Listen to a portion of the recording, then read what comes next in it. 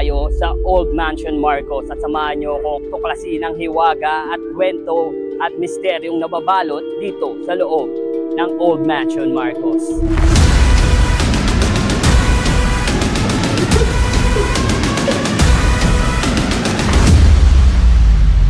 Ngayon ay babalik tayo sa kasaysayan at babalikan natin ang nakaraan dito sa Twin Mansion. Ang horror mansion o kilala rin bilang Twin Marcos Mansion ay isang kilalang bahay na puno ng misteryo at kababalaghan. Matatagpuan ito sa Barangay Casili, Cabuyao, Laguna at ito ay may malalim na kasaysayan at kakaibang kayamanan ng impormasyon. Ang mansyon nito ay tinayo noong 1980s, doong panahon ng dating Pangulong Pilipinas na si Ferdinand Marcos. Gayunpaman noong 1987, ito ay kinuha ng pamahalaan bilang bahagi ng ari-arian ng pamilya Marcos na itinuring na ill-gotten wealth. Sa taong 2010, nagutos ang Sandigan Bayan na ibalik ang ari-arian sa pamilya Marcos. Subalit noong 2017, inilabas ng Korte Suprema ng Pilipinas ang isang hold order dito, kaya sa kasalukuyan ito ay nasa ilalim ng kontrol ng Presidential Commission on Good Government. Ano nga ba ang kwento at lihim dito sa loob ng Marcos Old Mansion? Dumating nga kami dito sa Twin Marcos Mansion ng hapon at dito namin sisimulan ang aming pag-e-explore sa buong kapaligiran ng Twin Marcos Mansion. Pagdating namin, sinimulan namin ang aming unang pag-e-explore abang maliwanag pa ang buong kapaligiran. At ito ang bubungad sa inyo ang itsura ng labas ng Twin Marcos Mansion. At dito mapapansin mo yung tulay na dalawang palapag na nagdudugtong sa kaliwa at kanang bahagi ng mansyon. Sa aming paglilibot, ito ang bumungad sa amin. Mga sira-sira at lumang pintuan na nakandado. At mapapansin mo dito ang wall painting of former President na si Ferdinand Marcos at Imelda Marcos. And another wall painting on the porch. So guys, dito sa part na to hindi tayo makapasok, hanggang silip lang tayo. Makikita nyo guys, nakakandado. Ayan o. Hindi tayo basta-basta makakapasok dito. So explorein na lang natin yung ibang lugar, yung ibang location guys. So sa aming pag-explore guys, ito yung bumungad sa amin, yung kanilang main hall na pinagdadausan ng mga event. Kung makikita nyo guys, napakalaki ng kanilang main hall. At dito guys, mapapansin nyo rin yung painting ni malakas at maganda dito sa gitna ng main hall nila as nagsisilbing pintuan dito sa kanilang main hall. At mapapansin mo rin ang lumang billiards table dito na napaglumaan na ng panahon. At dito makikita mo yung stairs papunta sa kanilang second floor. At dito pinasok na nga namin yung bridge na nagdudugtong sa dalawang magkabilang bahay. So guys, dito nakalagay bawal pumasok, no trespassing, pero papasukin pa rin natin to.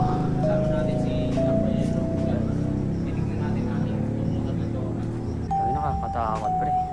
Dito pa lang sa pintuan, no? Tumayo yung balahibo ko. Tumatayo yung balahibo natin.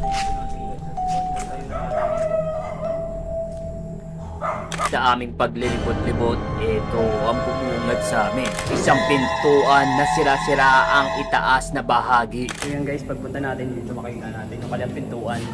Ito, basag na. So feeling ko may nagtatangkang pumasok dito or may gusto mag-explore dun sa loob. Kaya binasag nila to, itong likod na ito, para maging daanan nila. So, sa aming pag-e-explore, ito ang mga bumungad sa amin. Mga sira-sira upuan at mga lumang painting o litrato ng mga dating nakatira dito. Dito sa kanilang sala, maaninag mo ang lumang anyo ng bahay na ito. Makikita mo rin ang makalumang chandelier dito. At makikita mo rin ang isang hagdanan papunta sa kanilang second floor. At dito makikita mo rin ang napakalaking painting ni Imelda Marcos at ang dating Pangulo. At ngayon papunta na kami doon sa kabilang bahay. So ito ay na yung kabilang bahay, di ba? Dito, pupunta na tayo din sa kabila. Pagpunta namin sa kabilang bahay, ito ang mga bumungad sa amin. Isang lumang lamesa na gawa sa kahoy. Isang lumang kisame na sira-sira na at parang inaanay na sa sobrang katandaan at luma nito. Isang sirang pintuan na kawangis at katulad ng mga pintuan na nakita natin kanina. Sa aming paglilibot, napansin namin na may isang pintuan na nakabukas. Kaya pagpunta namin dito guys, may bukas na pinto. So kinakabahan ako. Ayan, may bukas. So maaari tayo pwede pumasok dito. So yun guys, papasukin na natin itong pagtanging nakita natin pinto na. Pasok namin, ito ang bumungad sa amin. Mga karton at igaan at sirang lamesa. Animoy may taong naniniraan at tumutuloy dito. Kaya pa dalawang pintuan dito. Papasukin natin. Hindi natin kung ano meron dito sa loob.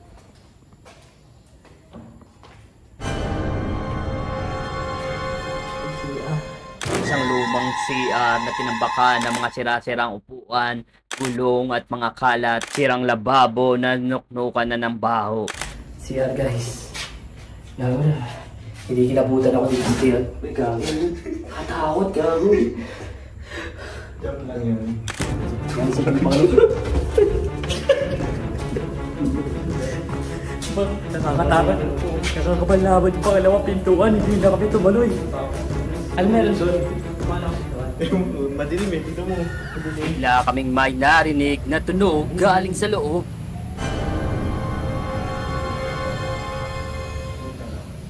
Hindi na lang namin ito pinansin at pinaniwala na lang namin ang aming narinig. Pinagpatuloy na namin ang aming paglilibot at pag-iikot. Guys, ito yung part kung saan may nakakatakot. Subukan namin pumasok sa loob. Pinaunahan natin si Polox.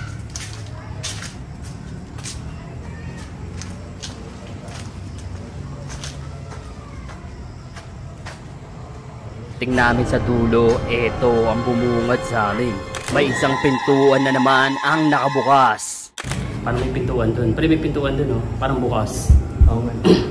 Try mo nga pasukin. Papasukin natin doon. Try natin guys, ano meron dun.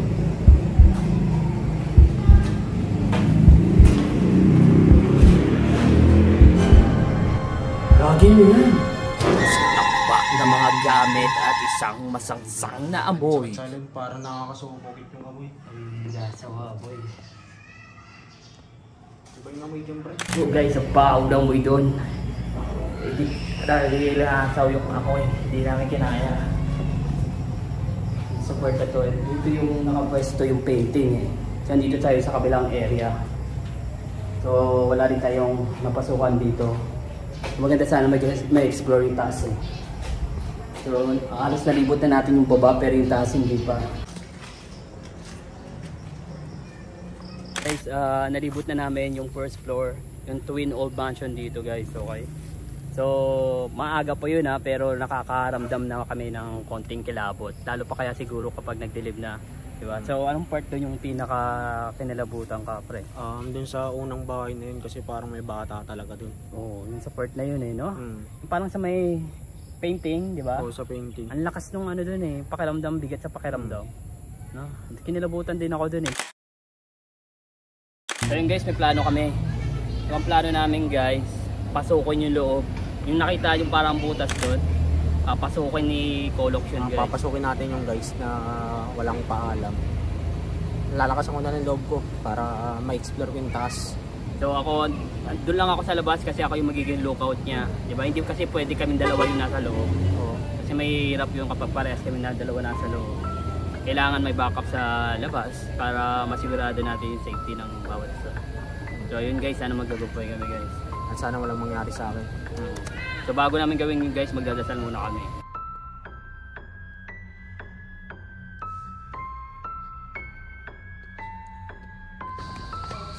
Nakita kasi kami malaking butas doon ng bintana.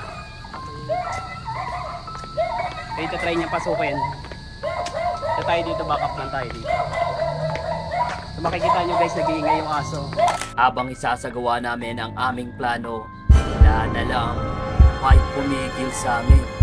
Tao! Pre! Tao! Tao! May isang matanda na sumitsit sa amin at pinagbabawalan kaming tumulong. Sir. Nagano lang sir, libot-libot. Libot-libot lang po. Bawal kayo dyan. Bawal na po doon. At ayun na nga sabi ni tatay, bawal na nga daw kami doon. Pero magano lang kami sir, video lang po. Sige po, thank you. Pasok sana kami kaso may mga ingay na aso. So yung aso na yun guys, naging daan para hindi tayo makapasok at di matuloy yung plano natin guys. Okay, ang ingay ng aso ibig sabihin hindi tayo welcome. Okay, so itatay guys yung kanina kausap natin caretaker, pinagsabihan na tayo. Kaya ayun, naghintay na lang kaming dumilim at maggabi upang maisagawa namin ang aming 12 o'clock challenge. Habang naghihintay kami, usap muna namin si ate. Wala po kayo nararamdaman yung pag-akyat sa taas? Wala. Depende na lang siguro sa taong minununo. Ako naman wala eh. Basta nakikiusap lang ako. Normal lang. Yung iba daw mayroon. Ewan. May mga third eye, no? Yung may third eye talaga as in mayroon. The white lady ang nakikita nila dyan. White lady ba ba? Napagsapit ng alas 12 ng gabi, sinimulan namin ang aming pag-explore. Sabi na, sabi na, i-explore na natin ito. Pagkikita natin kung ano magpaparamdam natin.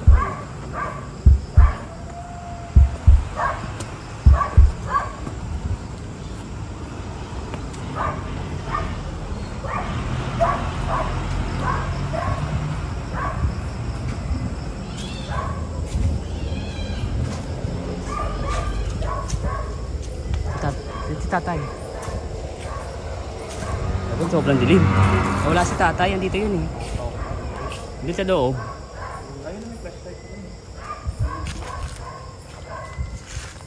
Pre, patukay mo na sa tatay doon.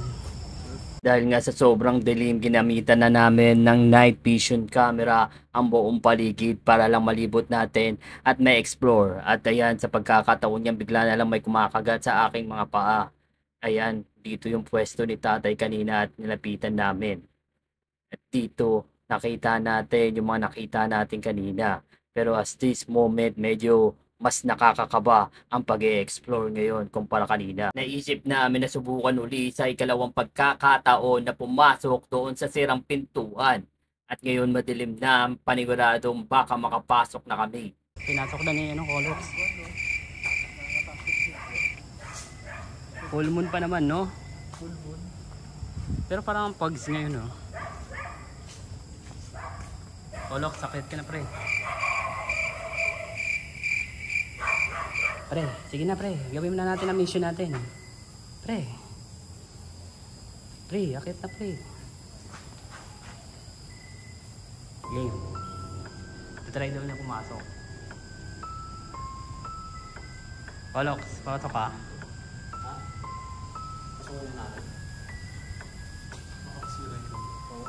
Hindi masira, matibay yan, oh. Wala. May bantay doon? Wala. Ayan, suot ka sa ilalim, pre. Hindi, mas safe sa taas. Go, sige. Sige, about ka sa yung camera. Hawak mo yan, go. Hindi yan, kaya ni Kikaulox yan. Go. Hindi. Kaya. At ayun na nga, may sumigaw at pinagbabawalan na kami. 10 oras na raw ng gabi at madaling araw na. Itigil na raw namin ang aming pag-explore. So yun na nga guys, hanggang dito na lang tayo guys. So hindi natin masyado na-explore yung second floor kasi nga guys, hindi tayo pinapayagan ni tatay guys yung caretaker doon. So for the meantime, hanggang dito na lang yung video natin guys. Okay, with Colox. Happy Halloween. Happy Halloween. Grabe, best experience to. See you next haunted house. Isang karian ng mga Marcos, isang karian ng mga alaala, at isang karian ng mga lihim. Sa paglisan natin, marahil ay iniwan natin ang mga espiritong nananahan sa lugar. Ngunit ang kanilang kwento ay mananatiling kwento. Huwag natin kalimutan ang mga leksyon na maaaring matutunan mula sa kakaibang yaman ng Twin Marcos Mansion. At ayun na nga, kada end of our video, meron tayo shoutout na 2 loyal subscriber. I-comment nyo lamang ang hashtag na ito kung gusto nyo magpa-shoutout sa ating next video. And shoutout to Jacob Dizon Mata and Michelle Arroyo.